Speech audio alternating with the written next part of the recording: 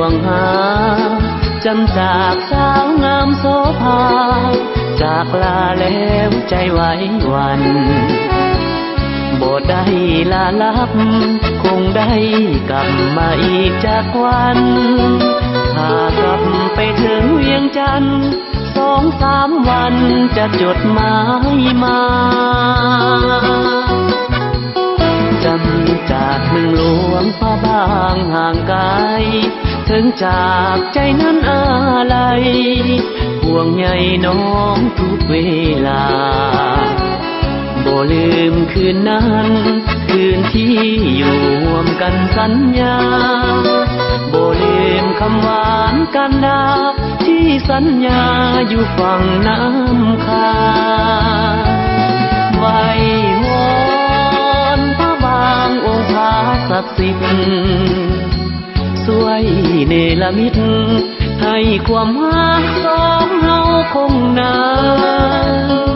พระธาตุผู้ศรีสูงเด่นจงเป็นพยานอย่าลืมเด้อคำสาบานบ่นานจะย้อนมาใหม่จำจากเมืองหลวงพระบางห่างลาฝากคำสาบานสัญญาจะมาน้องให้ได้จะมาสู่ขอ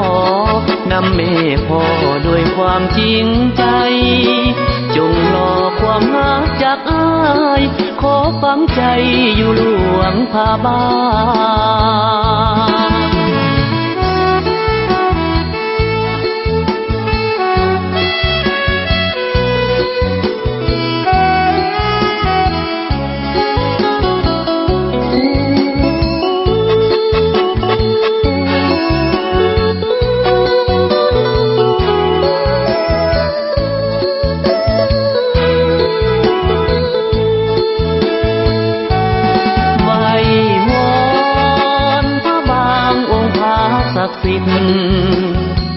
ช่วยเนรมิตให้ความรักสองเฮาคงนานพระธาตุผู้ศรีสูงเด่นจงเป็นพยานอย่าลืมเด้อคำสาบานบ่นานจะย้อนมาใหม่จำจากเมืองหลวงพระบางห่างลาฝากคำสาบานสัญญาจะมาน้องให้ได้จะมาสู่ขอนำแม่พ่อด้วยความจริงใจจงรอความรักจากอ้ายขอฝังใจอยู่หลวงพระบาง